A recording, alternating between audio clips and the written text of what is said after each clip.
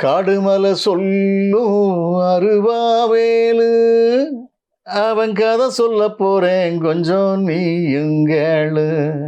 சீவல பெரியபாண்டி படம் பார்க்கும்போது அந்த இன்ஸ்பிரேஷன் ஏற்பட்டது.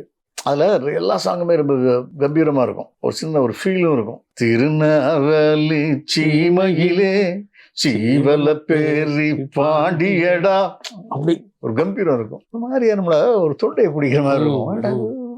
ஒரு இளையராஜா சாங் மாதிரி இருக்க கிட்டத்தட்ட அப்படின்னு ஒரு மேலே ஒரு மரியாதை இருந்துச்சு. அப்போதான் எனக்கு ஆதித்யன் போடணும்னு ஆசைப்பட்டேன். ஒரு நல்ல கலைஞன். இல்லை, ஒயிலா பாடும் பாட்டு, அது ஒயிலா பாடும் பாட்டு, அதுவும் ரொம்ப நல்லா இருக்கும், சூப்பராக இருக்கும். அப்படிப்பட்ட ஒரு கலைஞனாக இருக்காரான்னு சொல்லி நம்ம போட்டோம். எனக்கும் ஒரு சின்ன ஒரு நேட்டிவிட்டியான ஒரு சாங் இருந்தது. அந்த சாங் இன்ஸ்பிரேஷன் கொடுத்தேன். காடுமலை சொல்லும் அருவாவேலு, அவன் கதை சொல்ல போறேன் கொஞ்சம் நீயுங்கேளு.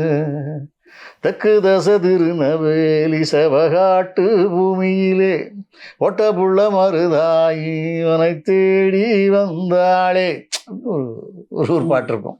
ஒரு வரலாறு சொல்றது மாதிரி அது கம்பீரமா பண்ணார். அதனால எனக்கு அவருடைய வேலையை கரெக்டாக தான் பண்றாரு. படம் பெரிய வெற்றியை பெறல.